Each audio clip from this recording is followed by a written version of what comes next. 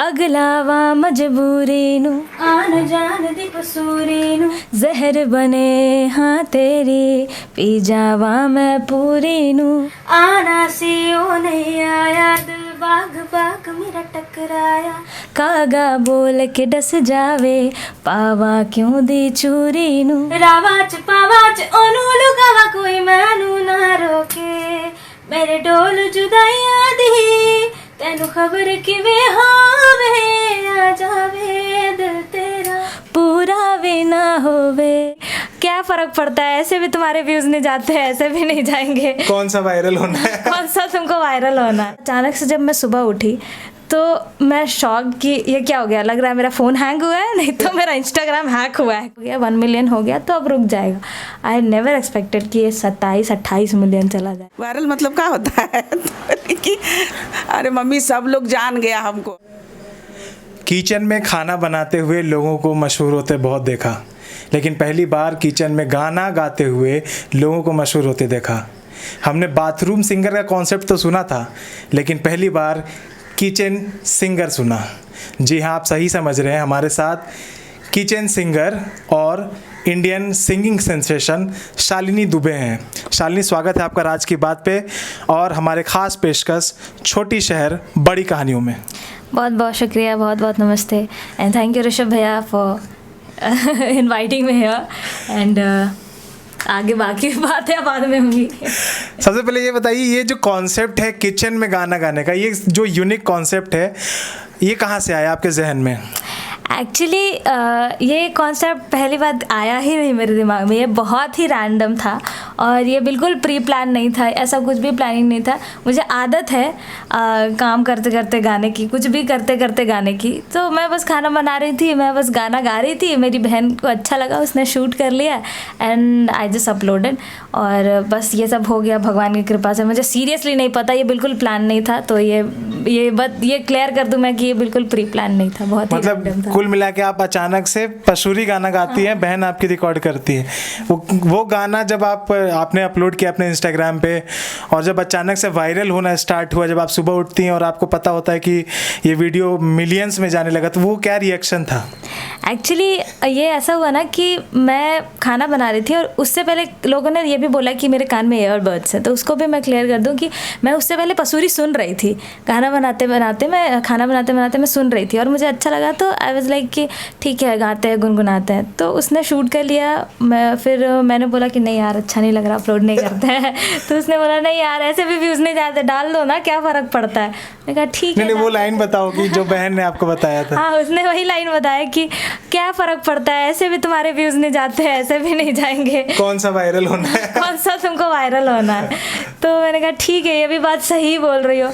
तो मैंने अपलोड कर दिया और तुरंत नहीं हुआ। एक्चुअली ये हुआ कि उसका भी वही रिएक्शन था जो नॉर्मल वीडियोस का था, मतलब वही 3-4 हज़ार व्यूज़ के बाद वो भी स्टॉप हो गया।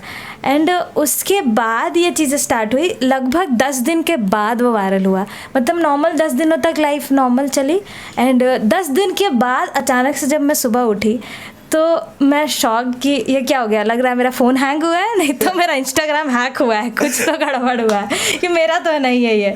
तो फिर कोई मुझे चीटी काटो, मैं के सपने तो नहीं देख रही। हाँ, सही रिएक्शन था।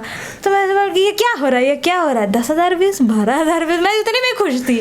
आई डिडंट एक्सपेक्ट कि ये इतना मिलियन चला जाएगा। 1 मिलियन के बाद भी मुझे लगा था कि चलो अब 10 लाख हो गया, 1 मिलियन हो गया तो अब रुक जाएगा। आई नेवर एक्सपेक्टेड कि ये 27-28 मिलियन चला जाएगा। जो लोग अभी भी अनजान हैं कि पसूरी गाना जो शालिनी ने गाया है, एक बार शालिनी गुनगुना दीजिए उन दर्शकों के लिए। यही वो सेटअप था, मैं दिखा दूं। और इसी जगह पे शालिनी गा रही थी, इसीलिए हमने किचन में ही इस बातचीत को प्लान किया है ताकि उस रिक्रिएट कर सके उस सिनेरियो को। तो ओके, तो पसूरी अगलावा मजबूरी नू आन जान दी पसूड़ी नू जहर बने हाँ तेरी पी जावा मैं पूरी नू आना सी ओ नहीं आया दिल बाग बाग मेरा टकराया कागा बोल के डस जावे पावा क्यों दी चूरी नू रावाच पावाच ओनू लुकावा कोई मैनू ना रोके मेरे डोल जुदाइयां दी तेनू खबर किवे होवे आ जावे दिल तेरा पूरा भी ना होवे। क्या बात है। मतलब ये गाने को जब मेरा भी रिएक्शन था, मुझे किसी और ने दिखाया, भैया देखिए ना एक लड़की किचन में गाना गा रही है, तो मैंने दिखाओ कैसा है, गा तो अच्छा रही है। जब मैं स्क्रीन पे आया देखिए शालिनी गा रही है, तो मतलब लोगों को बताना था कि जानते हैं भाई और मुझे लगा उस वक्त बताओ तो फिर बोलेगा अरे भोकाल बना रहा है। लेकिन देखिए आज शालिनी से बातचीत हो रही है, शालिनी हम लोग परिचित है। शालिनी एक्चुअली हम लोग यूनिवर्सिटी में एक साथ पढ़ाई कर, शालिनी 2 साल जूनियर थी, परफॉर्मिंग आर्ट्स में पढ़ाई कर रही थी। जब आप 20 मिलियन 25 मिलियन व्यू चला गया, जब अलग अलग न्यूज़ चैनल्स वेब पोर्टल्स पे वीडियोस आपके वायरल होने लगे, घर वालों का क्या रिएक्शन था, और भी आपके जानने वाले पहचानने वाले जो दोस्त यार थे उनका क्या, किस तरीके से उन्होंने इस चीज़ को लिया?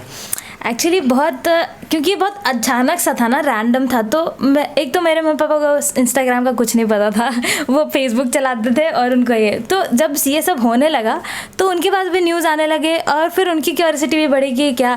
तो अब ऐसा है ना कि दिन भर मेरी मम्मी और पापा इंस्टाग्राम में चलाते रहते हैं फेसबुक तो भूल ही गए हैं। तो अभी इतना हुआ, और वरुण धवन ने ये वीडियो शेयर किया था एक, तो वो भी मेरे पापा जिसमें आप झाड़ू लगा रही थी। हाँ, तो वो भी मेरे पापा ने मुझे पहले बताया कि अरे तुम्हारा वीडियो वरुण धवन ने शेयर किया। मैंने भी वरुण धवन की स्टोरी पहले देखा था। तो ये हो गया कि मतलब बहुत खुश थे लोग, और अभी भी बहुत खुश हैं, और फ्रेंड्स और फैमिली सबका इतना अच्छा रिस्पांस रहा, क्योंकि सब कहीं ना कहीं ये होप था सबको, सब चाहते थे कि कुछ ऐसा हो, क्योंकि काफ़ी सालों की मेहनत थी। तो ये जब हुआ तो सबको एक उम्मीद जगी कि हाँ कुछ घर से भी कुछ किया जा सकता है, क्योंकि मैं बहुत ज़्यादा बीच में डिमोटिवेटेड हो गई थी कि कुछ नहीं हो रहा, कुछ नहीं हो रहा, क्या करना है। ऐसा लगता था कि यार अभी तो इतने बड़े बड़े म्यूज़िक वीडियोस आते हैं, हम लोगों को कौन पूछेगा, हमारे पास तो ना उतना ज़्यादा साधन है, ना उतने इक्विपमेंट्स हैं, तो हम कैसे करेंगे। बट ये बहुत सबने सही कहा है कि सक्सेस पाने के लिए कभी भी आपको पैसों की ज़रूरत नहीं पड़ती है। आप पैसे और ये इक्विपमेंट्स और ये सारी चीज़ें कभी बीच में नहीं आती हैं। आपका टैलेंट है तो वो एक ना एक दिन ज़रूर, टैलेंट है, साथ ही साथ मेहनत है। और जिन्हें मतलब जो लोग सोचते हैं कि ये ओवरनाइट सक्सेस है शालिनी का, तो शायद ऐसा नहीं है कि शालिनी का सफ़र काफ़ी लंबा रहा है संगीत के क्षेत्र में। कैसे शुरू हुआ ये संगीत का सफ़र, बचपन से कैसे, किसने सिखाया आपको, ये इस सफ़र के बारे में बताइए। ये सफ़र जब पैदा हुई थी तभी शुरू हो गया था, क्योंकि हमेशा से मतलब मैं मतलब बहुत फॉर्चुनेट हूँ कि मैं म्यूज़िकल फैमिली में पैदा हुई। अच्छा। खून में, ब्लड में ही संगीत मिला। अच्छा। और आनुवांशिक था। हाँ, तो और जो भी फादर ही मेरे पहले गुरु रहे, और उन्होंने ही रिकग्नाइज़ किया कि मैं गा सकती हूँ। फिर उन्होंने सीखना चालू किया। बाय द वे ये भी चीज़ है कि उन्होंने कभी मैं जो बैठ के सिखाया नहीं। अच्छा। ही इज़ लाइक कि उनके जो शिष्य आते थे तो वो उनको सिखाते थे, तो मैं सुन सुन के सीखती थी। एंड उनको मालूम था कि वो सुन सुन के सीखेगी, क्योंकि एक होता है ना कि अगर पापा बोलेंगे तो शायद मैं नहीं करूँगी, तो इसीलिए वो मतलब गो विद द फ्लो उन्होंने छोड़ दिया कि सुनो, सीखो, समझो, अपने आप से सारी चीज़ें करो। तो वो सारी चीज़ें जब 3 साल की थी तब से स्टार्ट हुई। 8 साल 9 साल की उम्र से स्टेजेस करना चालू कर दिया मैंने। जगराते करती थी मैं। अच्छा, नवरात्र के दौरान? नवरात्र नहीं, ऐसे भी जगराते करती थी। और पापा लेके जाते थे बाइक से हम दोनों बहनों को, रात में सो जाते थे, फिर उठ के फिर गाते थे। अच्छा, आपकी दूसरी बहन भी गाना गाती है? तो ये ऐसे 8 साल की उम्र से स्टेजेस चालू हुए, और फिर 2014 में सुर संग्राम आया। पता नहीं कैसे कैसे, मैं झारखंड में पली बड़ी, यहीं पे पैदा हुई, लेकिन पता नहीं कैसे कैसे भोजपुरी से लगाव हो गया, भोजपुरी से जुड़ा हो गया, भोजपुरी रियलिटी शो में चली गई और वहाँ से थोड़ा बूस्ट मिला। बट उस वक्त मैं काफ़ी छोटी थी, 10th क्लास में थी, तो फिर मुझे पढ़ाई वापस से कंटिन्यू करनी थी अपनी। तो मैंने वापस से उस चीज़ से ब्रेक लिया एंड 12th दिया, ग्रेजुएशन में एडमिशन कराया एंड उसके बाद फिर एक रियलिटी शो आया, सारेगामापा रंग पुरवैया, पहली बार भोजपुरी में सारेगामापा। उसमें मैं गई, वहाँ भी फाइनलिस्ट रही, सुर संग्राम में भी रही थी और सारेगामापा में भी रही। तो वहाँ से आने के बाद फिर एक होता है ना कि जितने दिन आप चेहरे, मतलब जितना दिन आपका चेहरा दिखता है स्क्रीन पे, आप उतने दिन ही फेमस रहते हो, उतने दिन ही आपको लोग जानते हैं। और मेरा ऐसा था कि मुझे पढ़ाई भी साथ साथ में कंटिन्यू करनी थी, तो मैं उतनी ज़्यादा एक्टिव नहीं रह पाई सोशल मीडिया और बाकी चीज़ों में। तो इस वजह से थोड़ा सा फिर से एक ब्रेक मिला, तो मैं फिर से डिमोटिवेटेड हो गई कि वापस से सारी चीज़ें हो गई, फिर से जाके फिर से सब चीज़ें वैसे ही नॉर्मल लाइफ जी रही हूँ। तो ये सारी चीज़ें चल रही थी काफ़ी सालों से। फिर बीच में बहुत सारी प्रॉब्लम्स, ये सारी चीज़ें आई, तो मेरा मन बिल्कुल ऊब गया था कि पता नहीं होगा कुछ कि नहीं होगा। बट वो कहते हैं ना कि आपकी जो रियलिटी है, इससे पहले मैं वीडियोस डालती थी, लेकिन उसमें क्या होता था कि मैं जो नहीं, मतलब मैं प्रॉपर तरीके से गाती थी, मतलब म्यूजिक लेके पूरा अच्छे से Setup प्रॉपर, के साथ। हाँ सेटअप के साथ, बट उसमें व्यूज़ नहीं जाते थे। उसका मैंने जो ऑब्जर्व किया तो मुझे ये पता चला कि शायद ये ऐसे इसीलिए होता था, और ये वीडियो इसलिए वायरल हुआ क्योंकि इस वीडियो में मैं एक्चुअली मैं वो थी जो मैं हूँ, जो मुझे सबसे आपने ज़्यादा as it is पसंद है। खुद को हाँ, present किया। जो मैं हूँ, जैसी मैं हूँ, मैं सच में घर में काम करते करते गाना गाती हूँ। मैं नॉर्मल एक मिडिल क्लास फैमिली की लड़की हूँ जिसके लिए घर का काम करना बहुत कॉमन सी चीज़ है, घर में खाना बनाना बहुत कॉमन सी चीज़ है, और मैं ऐसे करती हूँ इन जनरल लाइफ में अपने। तो वो जो इसलिए लोग ज़्यादा कनेक्ट हो पाए क्योंकि द वे आई एम, उन्होंने मुझे वैसे ही एक्सेप्ट किया। तो ये बहुत अच्छा लगा मुझे कि ये सब कुछ हुआ। तो ये बहुत कम, ये ओवरनाइट सक्सेस नहीं थी, ये 23 सालों की मेहनत थी मेरी। वही, जिन लोगों को लगता है कि ये ओवरनाइट सक्सेस है, इसके पीछे एक बहुत ही लंबी जर्नी है 23 वर्षों का। बीच में आप सेंट्रल यूनिवर्सिटी ऑफ झारखंड में भी पढ़ाई कर रही थी, आप वहाँ पे परफॉर्मिंग आर्ट्स की स्टूडेंट थी। तो उस ग्रेजुएशन के पड़ाव को किस तरीके से देखती हैं अपने इस करियर के योगदान, मतलब अब तक के जो करियर हुए, जो सक्सेस है अब तक के सफलता में, उसके योगदान को कैसे देखती हैं? वो मेरा फ़ैसला सबसे, मुझे लगता है कि सबसे अच्छा फ़ैसला था मेरे जीवन में, क्योंकि मैं बिलो एवरेज स्टूडेंट थी हमेशा से। तो 12th में ऐसा हुआ कि मुझे मन नहीं लगता था पढ़ने में, जो भी ऑनेस्ट मैं हूँ। तो कौन सा स्ट्रीम था? Commerce, science? Oh my God, और वो भी मैथ्स, जो कि बहुत ही बुरा था मेरे लिए, हॉरेबल। तो बहुत बिलो एवरेज स्टूडेंट थी, जैसे जैसे पास होने वाली ऐसे। तो मुझे मालूम था कि मुझे पढ़ाई में तो मेरा कुछ होने जाने सा रहा है, और मेरा म्यूज़िक के अलावा किसी और चीज़ में मन लगता है। तो मैंने पापा को बोला, पापा मैं म्यूज़िक ही परसू करना चाहती हूँ। तो पापा ने बोला कि ठीक है, बट पढ़ाई क्या करोगी? मैंने कहा कि मैंने सर्च किया है, मैंने रिसर्च किया है, म्यूज़िक में भी पढ़ाई होती है। तो उन्होंने कहा तो वो तो तुम्हारा हो रहा है ऑलरेडी इलाहाबाद से, और इलाहाबाद से भी हमारी डिग्री होती थी, तो वो हो रही थी। मैंने कहा नहीं, वो प्रॉपर जैसे पढ़ाई होती है ना, वैसे म्यूज़िक की में पढ़ाई होती है। तो मैंने सर्च किया कि झारखंड में कहाँ होता है, तो मुझे पता चला कि CUJ में। वो भी उसकी भी कहानी है एक्चुअली। CUJ से कुछ लोग ना मास कॉम के ही वहाँ गए थे। आपका खेलगांव है ना, खेलगांव में जो ऑडिटोरियम है, रामदयाल मुंडा। हाँ, तो वहाँ पे मेरा परफॉर्मेंस था, तो वहाँ पे मैं गई थी। तो CUJ के बच्चे आए थे वहाँ पे, कुछ उनका काम चल रहा था, तो वहाँ पे मेरा परफॉर्मेंस था बच्चों के बीच ही। तो पूजा हमारी जो बैच थी ना, तो उनसे मेरी बात हुई थी, तो वहाँ पे परफॉर्मेंस बहुत अच्छा हुआ था। तो वहाँ पे किसी ने मुझसे पूछा था कि आगे क्या करना है तुमको, क्या सोचा है तुमने? तो मैंने सोचा कि मुझे पढ़ाई करनी है, लेकिन अब मैं सोच रही हूँ कि म्यूज़िक में ही पढ़ाई करूँ। तो उन्होंने वहाँ पे किसी स्टूडेंट ने मुझे बताया था कि CUJ में भी परफॉर्मिंग आर्ट्स नाम का डिपार्टमेंट है, वहाँ भी होता है। मैंने कहा सही है यार, रांची आसपास ही रहूँगी, अच्छा भी हो जाएगा। तो वहाँ जाने के बाद फिर क्लासिकल मुझे बहुत ज़्यादा इंटरेस्ट उतना ज़्यादा नहीं था। वैसे मेरी पूरी फैमिली क्लासिकल ही है, लेकिन मुझे हमेशा से ज़्यादा सेमी क्लासिकल में इंटरेस्ट था। लेकिन परफॉर्मिंग आर्ट्स में जाने के बाद, वहाँ CUJ जाने के बाद मुझे समझ आया कि क्लासिकल का आपके म्यूज़िक में कितना इम्पोर्टेंस होता है, और कितना ज़्यादा वो इम्पोर्टेंट है आपके गाने के लिए। तो वहाँ पे जब जया मैम, दीपिका मैम लोगों के सानिध्य में रह के जब 3 साल क्लासिकल सीखा, उनके बारे में जाना, बहुत तो नहीं लेकिन हाँ जितना कुछ भी जाना, वो मेरी लाइफ में उसने बहुत प्लस, बहुत ऐड ऑन किया चीज़ों को। और इतने अच्छे अच्छे दोस्त मिले हैं, इतने अच्छे सीनियर मिले हैं, आप देख ही रहे हैं। किसे अपना फेवरेट सिंगर मानती हैं? किसे अपने मतलब सिंगिंग गायन के क्षेत्र में किसे अपना आइडल मानती हैं? हमेशा से मेरी आइडल लता जी रही हैं, क्योंकि उनके गानों से ही मेरी शुरुआत हुई थी। पहला गाना सत्यम शिवम सुंदरम था। गुनगुना के बताइए। जब सिंगर साथ में हो तो गुनगुनाना आवश्यक होता है। ये बाथरूम सिंगर थी एक्चुअली, मैं बाथरूम और किचन सिंगर ही हूँ। सत्यम शिवम सुंदरम मैं बाथरूम में मैंने गाया था, और मम्मा ने सुना था तो बोला कि ठीक ही आ रही है, सिखाइए इसको। तो रामावध में, रामावध में, काशी में शिव, कान्हा वृंदावन में। दया करो प्रभु देखो इनको, दया करो प्रभु देखो इनको, हर घर के आंगन में। राधा मोहन शरणम, सत्यम शिवम सुंदरम, सत्यम शिवम सुंदरम।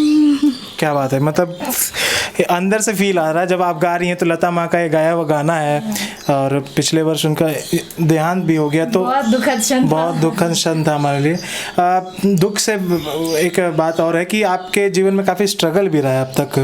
आप खुद बता रही थी कि काफ़ी पड़ाव ऐसा भी आया जब आपको लगा कि छोड़ दिया जाए ये सब चीज़। तो उस वक्त कैसे मतलब खुद को मोटिवेट करती थी? पारिवारिक तनाव भी काफ़ी आया, माता पिता के सेहत का भी ख्याल रखना था, साथ साथ आपको गायकी में भी अपना प्रैक्टिस जारी रखना था, परफॉर्मेंस करना था, अलग अलग जगह पे खुद का ट्रेनिंग करना था। तो उस दौरान उस फेज से आपने कैसे कोप अप किया? स्ट्रगल के बारे में कुछ बताइए। CUG से आने के बाद मैंने सोचा कि मैं अब मास्टर्स परस्यू करूँगी, मुझे MA करना है। तो उस दौरान ऐसा था कि लाइक कोविड, तो आप सभी जान रहे हैं कोविड ने तो सबकी हालत ख़राब की है। तो उस वक्त ऐसा था कि मेरी बहन को था कि उसको दिल्ली यूनिवर्सिटी से पढ़ाई करनी थी। तो टू बी वेरी ऑनेस्ट, हम बहुत ही बिलो मिडिल क्लास फैमिली से आते हैं, तो उसमें ऐसा था कि पापा के स्कूल प्राइवेट स्कूल है, तो उसमें बच्चे जब तक रहते हैं तब तक जितने बच्चे रहते हैं उस हिसाब से होता है। तो हमारी इतनी इनकम नहीं थी कि हम उसको जाके पढ़ा सकें या उसको बाहर रख सकें या हम खुद बाहर रह के ट्रेनिंग ले सकें या कुछ कर सकें। बट मैंने मैंने सोचा कि नहीं, उसको मन है तो वो पढ़ेगी। तो मैंने अपने ऊपर जिम्मा लिया कि नहीं, उसको पढ़ाना है तो कैसे भी करके। तो मैं शोज़ करके सब चीज़ करती थी। बट कोविड आया, सब कुछ बंद हो गया, सब कुछ ही बंद हो गया। प्लस मैं दिल्ली चली गई, वहाँ पे ऐसा था कि सिर्फ पढ़ाई होती थी, वहाँ पे शोज़ बस कुछ नहीं होते थे। तो मेरे पास जो सेविंग्स थी, जो मैंने किया था 9 साल से स्टेजेस जो करके वो करी थी, तो उससे मैनेज किया कैसे कैसे करके। फिर कोविड में इतना ज़्यादा प्रॉब्लम हो गया, हम चारों लोग वहाँ फंस गए दिल्ली में, और पापा की तबीयत ज़्यादा ख़राब हो गई। पापा कोविड से ग्रसित भी थे। हम चारों लोग एक ही रूम में, और चारों लोग को कोविड हो गया। कोविड पॉजिटिव थे। हाँ, चारों लोग कोविड पॉजिटिव थे। पापा की ज़्यादा तबीयत ख़राब थी और उस वक्त मम्मी का ऑपरेशन भी होना था। तो मम्मी किस चीज़ से बीमार थी? तो वो एक्चुअली बता नहीं सकते हैं। तो एक्चुअली उसका बताने का रीज़न है कि घर पे एक्चुअली पता नहीं है किसी को, तो इसीलिए। तो मम्मी का उस टाइम ट्रीटमेंट चल रहा था, मम्मी का भी, और साथ में पापा का तबीयत ज़्यादा ख़राब था। तो उस वक्त मेरे पास जो कुछ भी था ना, वो मैंने सब कुछ झोंक दिया उनको, बस वहाँ से सेफली यहाँ लाने में। मेरे पास जो कुछ भी था ज़िंदगी में, जो कुछ भी कमाया था, जो कुछ भी रखा था, सब कुछ वहाँ पे। तो ऐसा हो गया कि बिल्कुल ही कोई रुपया नहीं नज़र आ रहा था। तब मुझे ऐसा लग रहा था कि मैं क्यों कर रही हूँ। शायद मैं एक जॉब कर रही होती, नॉर्मल इंसान होती, या नॉर्मल लोगों की तरह अगर मेरी सोच होती, अगर मुझे वो करना होता, तो मैं नॉर्मल ग्रेजुएशन करके कोई एक जॉब ले लेती, शायद मेरे परिवार को आज इतना कष्ट नहीं करना पड़ता। और तब जाके मेरी बहन ने थोड़ी हेल्प की, उसने जॉब लिया और फिर उसने बोला कि नहीं, तुम अपने सिंगिंग को कंटिन्यू करो, तुमसे कुछ और होगा नहीं, तुम कुछ और करोगी तो तुम घुटते रहोगी। भले कुछ कर लोगी अगर जॉब वॉब, तो उसमें तुम मन से नहीं कर पाओगी कुछ। तो फिर उसने जॉब, क्योंकि आप सिंगिंग के लिए बनी है, उनका कहना सही था। हाँ, तो उसने फिर बोला, उसने जॉब किया, उसने थोड़े दिन तक संभाला चीज़ों को। तब उस वक्त मुझे यही फील होता था कि मैं क्या कर रही हूँ, इसमें कुछ मुझे दिखाई देता नहीं था फ्यूचर, क्योंकि इतना स्ट्रगल है। लोग मुंबई जाके स्ट्रगल कर रहे हैं, हमारे पास इतना है नहीं, फाइनेंशियली हम उतने इंडिपेंडेंट नहीं है कि मैं मुंबई जाके स्ट्रगल करूँ, वहाँ लोगों से मिलूँ, 10 लोगों को सुनाऊँ। और जहाँ भी आप जाते हैं ना, तो यही होता है, ये बहुत बड़ा ट्रुथ है बॉलीवुड का, कि आप जहाँ भी जाते हो ना, आपको कोई पहले काम नहीं देता है, पहले आपके लोग काम देखता है। तो मेरा बहुत जेन्युइन सा सवाल रहता है कि भाई कोई एक तो इंसान होगा ना जो पहला काम देगा। आप अगर काम ही नहीं दोगे तो हम आपको काम दिखाएंगे क्या? कोई एक इंसान को तो ट्रस्ट करना पड़ेगा ना कि आपको काम है। अब तक आपने इससे पहले कोई काम किया? अरे भाई, तो काम किसी ने दिया ही नहीं है, तो मैं काम कहाँ से दिखाऊँ आपको? तो ये एक चीज़ है कि जिस वजह से बहुत सारे लोग, बहुत सारे टैलेंट ऐसे हैं कि नहीं बाहर आ पाते हैं। उनको फिर यही दिखाई देता है कि मैं स्कूल पकड़ लूँ। मैंने भी स्कूल पकड़ा, मैंने भी ऐसा हुआ कि मैंने भी जॉब किया। मैंने कहा नहीं होगा मेरे से, मैं जॉब नॉर्मल सा पकड़ लेती हूँ 10, 12, 15 हज़ार का, और एटलीस्ट घर में थोड़ा तो हेल्प कर पाऊँगी। तो मैंने एक स्कूल पकड़ा, 1 महीने किए, फिर मुझे समझ आया ये भी मेरे लिए नहीं है। बच्चों के साथ किचकिच करना, ये इससे गला ख़राब हो रहा है मेरा, तो ये नहीं हो पाएगा मेरे से। तो फिर मैंने वो भी छोड़ दिया। देन कुछ समझ नहीं आ रहा था क्या करना है। बस सुबह उठते थे, खाना बनाते थे, खाना खाते थे, मम्मी का ध्यान रखते थे। उस टाइम मम्मी की दवाइयाँ कुछ चल रही थी, तो वो करते थे, घर में रहते थे, तो बस यही चल रहा था। तो उस वक्त ऐसा लगा कि यार नहीं यार, छोड़ देते हैं। अब किसी और चीज़ का प्रिपरेशन करते हैं, किसी गवर्नमेंट जॉब, सरकारी नौकरी की तैयारी ख्याल आया था कि वही करते हैं, और मैंने शुरू भी कर दिया था। अच्छा। कि वो करते हैं। लूसेंट ले लिया था। हाँ, लूसेंट ले लिया था, तो ये नहीं होगा मेरे से। तो फिर अचानक से फिर वापस से ये सारी चीज़ें हुई, अचानक से ये कुछ दिनों के बाद। लेकिन फिर भी मोटिवेट इसलिए करते थे ना, मोटिवेट तब हो जाते थे कि जब पापा को बताते थे कि पापा क्या करे, तो पापा कहते थे कि घबराओ मत, भगवान ने कुछ अच्छा ही सोच के रखा होगा, अगर लेट कर रहा है वो। तो मेरे पापा ने बहुत हमेशा समझाया, पापा ने हमेशा, माँ की तो आदत होती है, वो तो कहती है कुछ नहीं कर रहा है, घर में बैठा रहता है, कुछ नहीं करता है। Typical mother, typical Indian mom. तो मम्मा कहती थी, बट पापा हमेशा कहते थे कि परेशान मत हो, मैं हूँ ना, तुमको जो करना है वो करो आराम से, और इतना परेशान होने की ज़रूरत नहीं, भगवान ने कुछ अच्छा सोच के रखा है, मुझे मालूम है कि तुम कर लोगी। तो उनके सपोर्ट से जो चीज़ें थी तो वो थोड़ी बहुत मोटिवेट होती रही, और छोड़ ही नहीं पाई। एक्चुअली अगर छोड़ने की कोशिश भी करती थी ना तो छोड़ ही नहीं पाई। फिलहाल अब क्या कर रही हैं आप? जैसे आपका शो चल रहा है, आप अभी वाइजैक से लौटी हैं, मुंबई गई थी आप, आपके वीडियोस रिकॉर्डिंग भी आ रहे हैं, यूट्यूब चैनल पे भी आपके काफ़ी सब्सक्राइबर्स हो चुके हैं, तो आगे क्या आपके गोल्स और प्लान है? यूट्यूब तो गजब हुआ। एक्चुअली मेरे ये सब होने से पहले 5000 सब्सक्राइबर्स थे यूट्यूब पे, और 2000 फॉलोअर्स थे इंस्टाग्राम पे, और इन सब के बाद दोनों ने शतक क्रॉस कर दिया। डाटा बताइए, एग्जैक्ट डाटा। इंस्टाग्राम पे है 104, 109 थे, तो 109 से थोड़े से वो इधर उधर होते रहते हैं, तो 104 के, और यूट्यूब पे है 170 के। हाँ, सिल्वर बटन आ गया। मैं दिखाऊंगी अभी। सिल्वर बटन भी आप दिखाइएगा। 5 साल बाद शालिनी दुबे खुद को कहाँ देखती हैं? 5 साल बाद एटलीस्ट बॉलीवुड में डेब्यू करके स्टेबिलिटी तो देखती हूँ। एक्चुअली इन सब के बाद ना बहुत सारी चीज़ें ये तो बहुत समझ में आई कि सोशल मीडिया आज के समय में बहुत बड़ी ताकत है, क्योंकि बहुत सारे ऐसे आर्टिस्ट हैं जो इंडिपेंडेंटली काम करके आज बॉलीवुड में काम कर रहे हैं। उसमें बहुत सारे लोग हैं, प्रतीक कुहड़, बहुत सारे लोग हैं, आपका जसलीन रॉयल, ये सब यूट्यूब से, सब सोशल मीडिया से आए थे, और आज इतने बड़े नाम हैं बॉलीवुड में। तो मैं भी कुछ ऐसे ही देखती हूँ, क्योंकि इतना सब कुछ होने के बाद ना मैंने एक्सपेक्ट भी नहीं किया था कि मैं मुंबई जाके वहाँ रह के रिकॉर्डिंग्स करके शूट करके उसके बाद इतने सारे शोज़ में मिलेंगे। ये सब कुछ इतना सब कुछ, ये सब जनता का प्यार ही मिलने की वजह से सब कुछ हुआ। तो अब 5 साल के बाद बस यही देखती हूँ कि लोग जो एक्सपेक्ट कर रहे हैं सब, आप मेरे कमेंट्स में देखेंगे ना तो ऑलमोस्ट कमेंट्स में यही रहते हैं कि बहुत जल्दी आप बॉलीवुड में प्लेबैक करेंगी, बहुत जल्दी आप बॉलीवुड में डेब्यू करेंगी। तो मुझे अब वो पूरा करना है। अब मेरा गोल यही है कि लोग जो मेरे से उम्मीद करते हैं, लोगों की जो उम्मीद है मेरे से, वो मैं कर सकूं, और बस just planning to move Bombay. तो अभी फ़िलहाल तो 5 साल में बॉलीवुड में कुछ। एक और सवाल मेरे जहन में था जब मैं इधर आ रहा था, तो कि आप जो वीडियोस बनाती हैं इंस्टा पे, आप अपनी बहन के साथ जो गाती हैं वो बिना म्यूज़िक का होता है, तो कितना डिफरेंट होता है म्यूज़िक के साथ गाना गाना और बिना म्यूज़िक के गाना? कुछ अंतर? अंतर नहीं, एक्चुअली अंतर कुछ खास नहीं होता। अंतर ये होता है कि बस ये होता है कि म्यूज़िक के साथ ज़्यादा अच्छा लगता है, लेकिन लोगों को मेरी आवाज़ मेरा म्यूज़िक के साथ अच्छा लगती है। तो बिना म्यूज़िक के होता है कि आपके पास बहुत स्कोप होता है। म्यूज़िक में आप ये होता है कि आप थोड़े से बंध जाते हैं कि आपको टेम्पो के साथ और वो सब चीज़ों के साथ चलना है। और ऐसे नॉर्मली गाने में होता है कि आपके अंदर से जो भी निकल रहा है वो आप बस गा दो, खुलो मुँह खोलो और बस गा दो। आपको कोई बंदिश नहीं है, कोई लय की, कोई ताल की बंदिश नहीं है, आप बस गाओ। वो तो टेम्पो एक तो चलता रहता है अपने मन में ही, हर चीज़ गति में है, लेकिन उसमें कोई एक बंदिश नहीं होती है। तो वो ज़्यादा खुलापन मुझे महसूस होता है बिना म्यूज़िक के साथ गाने में, तो इसलिए मैं बिना म्यूज़िक ज़्यादा प्रेफर करती हूँ गाना, और लोगों को पसंद भी वही आता है। अगर मैं एक वीडियो म्यूज़िक के साथ डाल दूँ तो लोग कहेंगे आपकी आवाज़ ही इतनी अच्छी है, आपको म्यूज़िक की ज़रूरत नहीं। एग्जैक्टली, आपकी आवाज़ बिना म्यूज़िक की भी काफ़ी खूबसूरत लगती है। और कौन सा गाना आज तक जो आपका सबसे फेवरेट गाना हो, जो आप हमारे दर्शकों के लिए, अपने दर्शकों के लिए गुनगुनाना चाहिए? आप 2 गुनगुना चुके हैं ऑलरेडी, लेकिन एक जो आपका पर्सनल फेवरेट गाना हो। पर्सनल फेवरेट, वैसे सिंगर के लिए आप सवाल ही गलत पूछ रहे हैं। सारे गाने फेवरेट होते हैं, लेकिन एक होता है ना कि दिल के कोने में एक गाना होता है जो आप अक्सर गुनगुनाया करती हैं, चाहे मतलब अभी तो आप बहुत अलग अलग गाने आप यहाँ किचन में, बाथरूम में गाती हैं, आप अलग अलग स्टेज परफॉर्मेंस करती हैं, लेकिन एक गाना तो सबका होता है जो पर्सनल फेवरेट होता है, जो आप अक्सर जब आप डीप हो मतलब सोचती हो चाहे होती हो, तो वो गाना आपके करीब रहता है। ये गाना बहुत एक गाना है जो जब भी मैं मतलब वो होती थी ना, डिमोटिवेट होती तो मैं वो सुनती थी। वो ये गाना था कि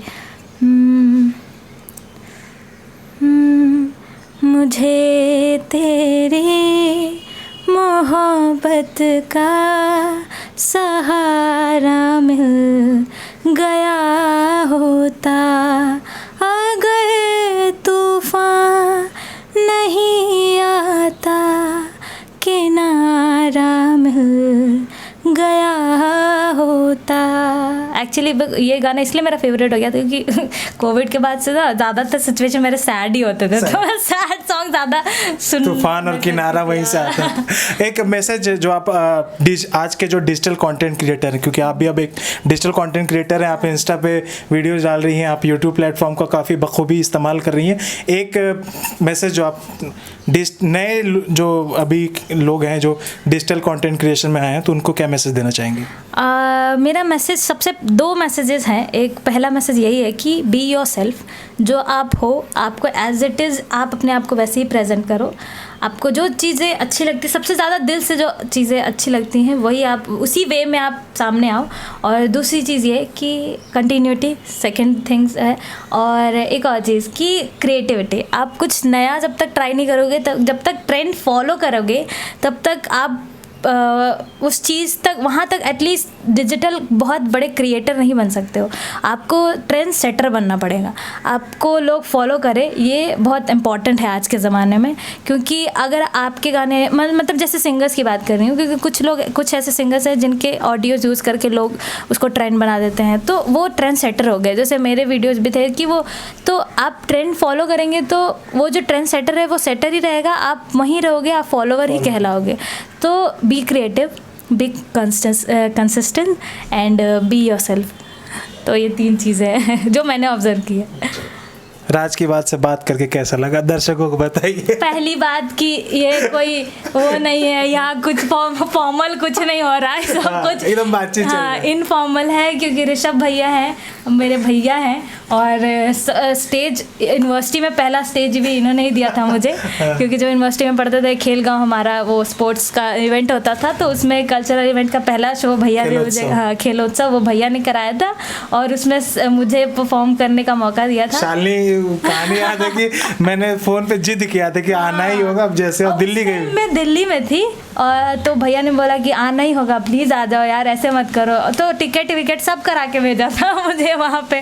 और इन लोगों की ही बिलीव वजह से एक चीज़ मैं बहुत वो करूँगी कि सीयूजे ने मुझे ना बहुत ऐसे लोग दिए ना कि जिन्होंने हमेशा मुझ पर बिलीव रखा, चाहे वो मेरे दोस्त हो या मेरे सीनियर्स हो। उनको मालूम था कि लेट होगा, बट उन्होंने कभी बिलीव नहीं छोड़ा मेरे ऊपर। उनको मालूम था कि हाँ ये लड़की कुछ करेगी, थोड़ा लेट से करे। इवन आप भी उसमें से हैं कि आप भी हमेशा कहते थे कि होगा, टेंशन मत लो, होगा, ज़रूर होगा। तो बिल्कुल, और हम लोग काफ़ी गौरवान्वित महसूस करते हैं। मैं आनंद, अभिषेक, हम लोग अक्सर बातें करते थे और आज जब बात करते हैं तो एक बड़ा गर्व महसूस होता है कि हमारे साथ जुड़ी लड़की, हमारे साथ की लड़की आज इतना अच्छा कर रही है। आज देश के मुकाम पे लोग इनको जान रहे हैं। बॉलीवुड के अभिनेता अपने अपने स्टेटस स्टोरी में आपकी वीडियोज़ लगा रहे हैं, तो जहाँ भी होता है लोग, हम लोग काफ़ी गौरवान्वित महसूस करते हैं। और शालिनी जिन्होंने बताया कि किस तरीके से अब तक उनकी जर्नी रही है, कितना मेहनत किया है, और 23 साल की एक कड़ी मेहनत, एक अच्छा बड़ा मेहनत का सफ़र रहा है, जिसके बाद आज जो आप पसूरी गाने के बाद इन्हें आज एक नामचीन सिंगर के तौर पे जान रहे हैं, वो एक 23 साल का सफ़र का लंबा दरमियान रहा है। और तमाम लोगों के लिए इनका यही मैसेज है जो भी डिजिटल कंटेंट क्रिएटर है कि कंसिस्टेंसी बहुत ज़रूरी है और आप में यूनिकनेस होना चाहिए। जैसे इनके अंदर एक यूनिकनेस थी कि ये किचन में रैंडम गाना गाती थी, जिनको लगता था कि वो स्क्रिप्टेड होता था तो वो शायद गलत हो। मैं बता दूं, आज ये खंडन कर रहे हैं हम लोग यहाँ पे कि ये रैंडम सिंगिंग करती थी किचन में और इनकी बहन ने रिकॉर्ड करके वो वीडियो अपलोड किया।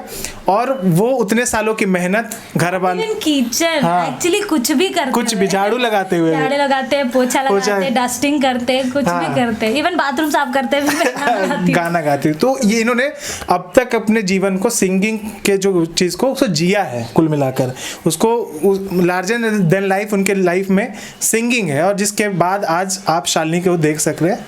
और हमारी ओर से, हमारे तमाम दर्शकों की ओर से, तमाम हमारे घर वालों, मित्र, तमाम लोगों की तरफ शालिनी को बहुत बहुत शुभकामनाएं। आप ऐसे ही आगे बढ़ते रहे, मुकाम ऊंचे ऊंचे हासिल करते रहिए और हमें गौरवान्वित महसूस करिए। इसी तरीके के कंटेंट को देखने के लिए हमारे साथ जुड़े रहे। राज की बात को लाइक करें, शेयर करें, सब्सक्राइब ठोको, लाइक ठोको, शेयर करो और मुझे भी फॉलो करने के लिए आप इंस्टाग्राम, शालिनी के इंस्टाग्राम जल्दी से आईडी एक बार बताइएगा अपना। इंस्टाग्राम आईडी है दी शालिनी दुबे। यूट्यूब पे मैं मिल जाऊंगी शालिनी दुबे के नाम से। फेसबुक पेज भी है मेरा, तो go and follow, like share subscribe बिल्कुल चैनल को भी। नहीं, शालिनी की मम्मी भी हमारे साथ हैं।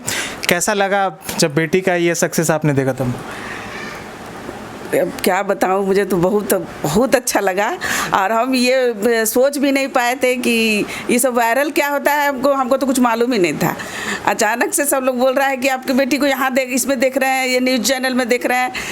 तो बोले ये वायरल क्या होता है? बार बार इससे पूछ रहे हैं शालिनी से कि क्या हुआ, वायरल मतलब क्या होता है? कि अरे मम्मी सब लोग जान गया हमको, हम वायरल का मतलब ये होता है हर जगह हम दिख रहे हैं। बोला अच्छा ये बात है, अच्छा ठीक। एक फ़नी मोमेंट हम बताते हैं ये कि हम एग्ज़ाम से मतलब रामगढ़ से लौट रहे थे और बच्चियाँ लोग एग्ज़ाम दे के लौट रही थी। तो आ रहे थे तो जिस ऑटो, 2 बच्चियाँ बैठी थी एक ऑटो में, उसी ऑटो में हम भी बैठे थे। आए तो एक बच्ची बोल रही है, ऐसे बैठे बैठे बोल रही है, आंटी आप कहाँ से आते हैं? बोले अरगड्डा से। तो शालिनी का फ़ोटो दिखा के, वीडियो दिखा के हमको बोल रही है कि जो इसको पहचानते हैं, भी अरगड्डा से आती है। जानते हैं आंटी, इसका पहले ना 2000 इसका फॉलोवर था, अभी अचानक से 1 लाख हो गया। अच्छा, आपको बता रही है? हमको बता रही है। हम उससे कुछ नहीं बोल रहे, हम चुपचाप बोले दिखा। तो दिखा तुम मेरा बेटी का फोटो ये है, वीडियो है। हम उसको कुछ नहीं बोल रहे, बस उसको बता रहे। अच्छा अरगड्डा में रहती है? बोले हाँ अरगड्डा में ही रहती है आंटी। आप नहीं जानते हैं इसको? हम बोले नहीं अभी तुम नहीं जान रहे हैं। अच्छा तो पता करेंगे कहाँ का बच्चा है। घर का काम करते करते गाना गाती है, वीडियो बनाती है। तो आपके लिए ज़्यादा खुशी कभी तो यही सबसे ज़्यादा खुशी सबसे ज़्यादा था कि तुम्हारे किचन ये स्टूडियो अब तुम नहीं भी चाहोगे तो भी जाओ बनाने। माँ को आराम मिल रहा है। कम से कम अब रोटी बनाना है तो जाओ रोटी बनाओ, वीडियो बनाओ। मतलब कुल मिला के सब चीज़ बना रही है। तो हो रहा है कम से कम। अरे तो जल्दी काम नहीं करता ये लोग, दोनों बहन है, काम नहीं करना, बस नाश्ता खाना बहुत रात का खाना ये लोग बनाता था, नहीं तो खाना बनाने का नहीं। अपना जब कुछ भी हाँ झाड़ू वाड़ू किया उसमें अपना गुनगुना रहा है। खाना बनाने से दूर था ये लोग, लेकिन अब खाना बना रहा है। आगे क्या उम्मीद रखती हैं बेटी से? क्या आपकी महत्वाकांक्षाएं हैं? महत्वाकांक्षा बहुत है। अब बच्चा कर रहा है अपना, बहुत आगे बढ़े, भगवान करे बहुत आगे बढ़े। और मेरे लिए और माँ बाप क्या चाहता है कि मेरा नाम रोशन करे, अपने परिवार का नाम रोशन करे, अपने घर का नाम रोशन करे माँ बाप का। और हमेशा आशीर्वाद है कि इसी तरह आगे बढ़ते रहे और मेहनत जारी रखे। अभी भी बहुत मेहनत करने की ज़रूरत है। अब ये सीढ़ी है, अभी तो एक सीढ़ी चढ़ी है, धीरे धीरे बहुत सफ़र लंबा है। और ये संगीत के क्षेत्र में तो बहुत ज़्यादा कंपटीशन है, क्योंकि मेरा पूरा फैमिली है सिर्फ संगीत में ही, फुल फैमिली संगीत से ही है। सब लोग कर रहे हैं, सब लोग अभी तक मेहनत कर ही रहे हैं और धीरे धीरे भगवान कर रहा है तो सफलता। पहली बच्ची है जो कि एक चैनल वगैरह में गई थी, हमारे ख़ानदान की पहली बच्ची है जो ये चैनल वगैरह में गई थी। नहीं तो सारे लोग सिंगिंग कर रहे हैं, लेकिन एक अलग अलग लेवल पे हैं। टीवी शो में कोई मेरे यहाँ कोई आया नहीं था, अभी एक पहली बच्ची है जो टीवी शो में आई थी। बस और आगे मेहनत करें, भगवान हमेशा सफल करेगा। हमारा आशीर्वाद तो है ही इसके साथ, हम लोग के साथ और आपके साथ भी है। ये थी शालिनी की मम्मी जो कह रही है, जिनका कहना है कि काफ़ी खुशी महसूस होती है जब बेटी इस कदर नाम रोशन कर रही है और आगे भी उम्मीद रखती हैं कि बेटी अनवरत मेहनत जारी रखे और घर परिवार दोस्त अपने जगह जिला राज्य का नाम रोशन करे। बेटियां ज़्यादा नाम रोशन करती हैं बेटों से, क्योंकि बेटा तो है ही हमारे पास, लेकिन बेटियां बहुत ज़्यादा नाम रोशन करती है माँ बाप का, और ख़ास करके अपने माँ बाप का के प्रति उसका बहुत ज़्यादा लगाव रहता है और वो चाहती है कि हम जितना से जितना ज़्यादा अपने माँ बाप को सुख दे। सुनो दुनिया वालों, माँ कह रही है बेटी कितना ज़्यादा इम्पोर्टेंट है समाज के लिए। जो लोग अभी भी बेटा बेटा करते हैं, सुनो आंटी जी का बात। बिल्कुल बिल्कुल। चलिए धन्यवाद, बहुत अच्छा लगा आंटी से भी बातचीत करके। थैंक यू, आपको भी धन्यवाद।